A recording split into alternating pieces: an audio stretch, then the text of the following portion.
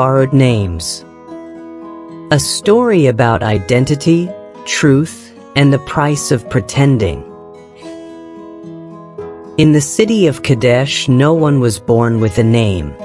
Newborns were given a marking, a small symbol over their heart that glowed faintly, almost like a whisper of who they might become. But they didn't get a real name until they turned 18. At 18, teens entered the naming halls, placed their hand on the ancient golden cross, and their true name was revealed. Not a name given by parents, not one chosen by friends, but the one their soul had been building quietly year by year. Until then, everyone went by placeholders, letters, colors, numbers, or temporary tags. The girl known as Gray, 13, didn't want to wait. She hated her placeholder. It made her feel invisible, like a guest in her own story. Every time someone said Gray, she felt more like a fog than a person. She had dreams of being bold, of being someone who made noise. But she was average, quiet, always one step behind everyone else's brightness.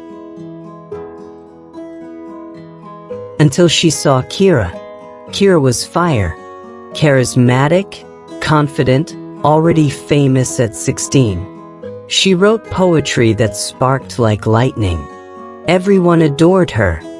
And when she said her future name would probably be something powerful, Nova, Blaze, Leah, Gray, 13, started dreaming of being her. Then one night, Gray found something strange in the public records. A system glitch. A digital folder. Kira's naming appointment had been accidentally delayed by 1 week. She wouldn't be named on her 18th birthday. And Gray, she had a naming slot available the day before. Gray, 13, hesitated. Then she didn't.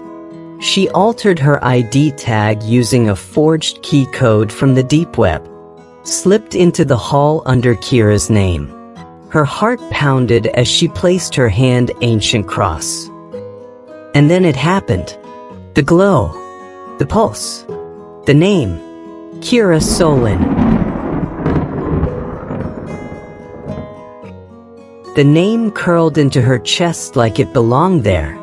And for a moment, just one, she felt real. At first, no one noticed. Gray turned Kira, put on the act. She mimicked Kira's way of talking, laughing, even writing. She wore confidence like a borrowed coat, one size too big, but still warm. But something felt off. Her poems came out forced. Her friends didn't feel like hers. The attention, the praise, it bounced off her like rain on glass. And then, the real Kira Solin showed up a week later. Not furious. Not loud. Just hurt.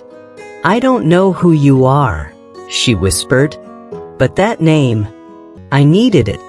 That was mine." Gray ran. She ran until the city lights turned to stars. She sat on the cliffside, feeling hollow. That night, she went back to the naming hall, not to take, but to listen. She touched the ancient golden cross again, knowing it wouldn't give her a new name, knowing she didn't deserve one. But the cross flickered. A voice, soft as wind, whispered, "You are not Kira, but you are still someone. Try again, this time as you." And beneath her palm, a new name surfaced. Ellen. Not flashy, not powerful, but it was hers. And when she said it out loud, she didn't feel like fog anymore. She felt real. Ellen apologized. Publicly. Painfully. But honestly. Kira forgave her. Not instantly, but eventually. They never became best friends, but sometimes they exchanged poems in a dusty old forum. And once in a while, they even signed them with their real names. Because in Kadesh, names weren't just sounds. They were truths.